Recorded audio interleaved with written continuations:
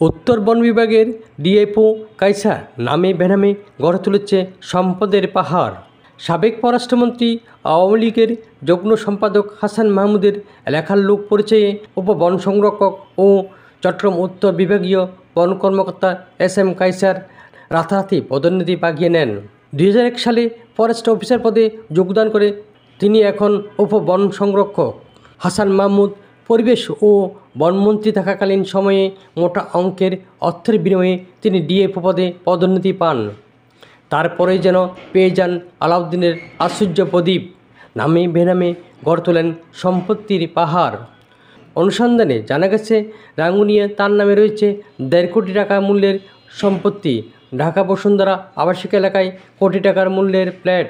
চট্টগ্রাম কল্পলুক আবাসিকে 3 তলা বাড়ি। স্ত্রী সন্তানদের নামে বেনামে রয়েছে ব্যাংক ব্যালেন্স ও সম্পত্তি।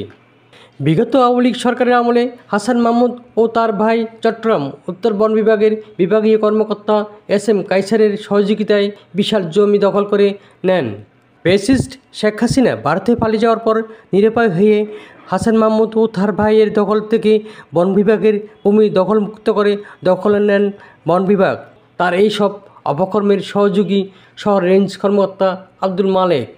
উক্ত কর্মকর্তার বিরুদ্ধে পোস্টিং বাণিজ্য, কাঠ পাচার, নগরীর কাঠ ব্যবসায়ীদের থেকে বনরক্ষীদের মাধ্যমে মাসোহারা আদায়, বনভূমি দখলে সহযোগিতা, রেঞ্জ ও বিট কর্মকর্তার কাছ থেকে মাসোহারা গ্রহণের অভিযোগ রয়েছে।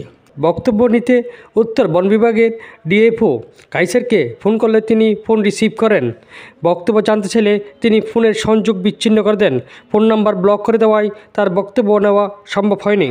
চট্টগ্রাম বন বিভাগের দুর্নীতি নিয়ে ধারাবাহিক সংবাদ প্রচার করা হবে।